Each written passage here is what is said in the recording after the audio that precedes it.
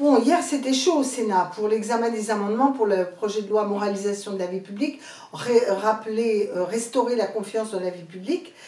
Faut dire que la ministre, c'est dans la catégorie plus techno que moi tu meurs, sans vision, sans enthousiasme, de ce qui devait être un texte soi-disant fondateur du nouveau monde d'Emmanuel Macron. Bon, la réalité, c'est que ça commence déjà très frileux et en recul par rapport aux engagements. Un exemple, le casier judiciaire devait être vierge. On devait interdire une candidature si on n'est pas un casier judiciaire vierge.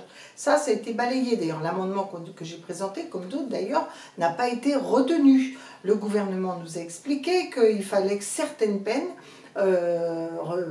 obligent à de l'inéligibilité et que c'est celle-là qui rendrait impossible les candidatures. Et comme par hasard, certaines des peines ne sont pas clairement dans la liste, et en particulier des peines autour de la délinquance financière. Tout cela n'est pas neutre. Alors il faut dire que du côté des sénateurs, il y a eu de tous bords politiques des réactions pour dire il y a des choses gravissimes, la confiance dans la vie publique, ça suppose que les conflits d'intérêts soient traqués autant chez les élus que dans la haute administration. Alors deux sujets ont permis, deux de mes amendements ont été retenus. Le premier, celui qu'on appelle la levée du verrou de Bercy, c'est-à-dire la possibilité pour Bercy de négocier sans passer devant le juge, et que seule l'administration fiscale peut déposer un dossier chez le juge d'instruction. On voit bien quand même que ce n'est pas d'une grande transparence, c'est certainement pas d'une grande efficacité.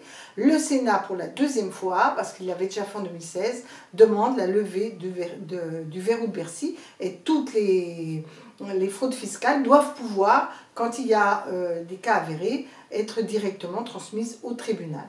La deuxième chose, c'était le pantouflage dans la haute fonction publique, et en particulier dans des postes qui ont attrait aux banques, aux services financiers, etc. Et mon amendement qui vise à interdire des allers et retours permanents public-privé, notamment pour des hauts fonctionnaires nommés dans le cadre des premiers ministres, dans le cadre du Conseil des ministres et par le président de la République, a été voté avec pas mal de surprises, par des sénateurs de tous bords, bien sûr, largement les sénateurs communistes, socialistes, écologistes, mais aussi des sénateurs de droite et du centre, car le centre sur ces sujets est souvent très exigeant. Alors voilà, on a avancé, et puis on a avancé sur un sujet qui est un peu plus lié à l'actualité, notamment l'affaire Fillon, en donnant enfin aux assistants parlementaires un statut, un cadre, ce qui va d'ailleurs éviter beaucoup de dérives, beaucoup de conflits d'intérêts, et surtout reconnaître les missions spécifiques de nos collaborateurs. Moi qui me bats pour le droit du travail, ça me paraissait essentiel d'aller sans sens. Alors, on a avancé, tout n'est pas réglé. Je vous tiendrai au courant des débats au sein du Sénat pendant toute cette semaine, en tout cas jusqu'au 14 juillet, où nous allons continuer l'examen de ce projet de loi.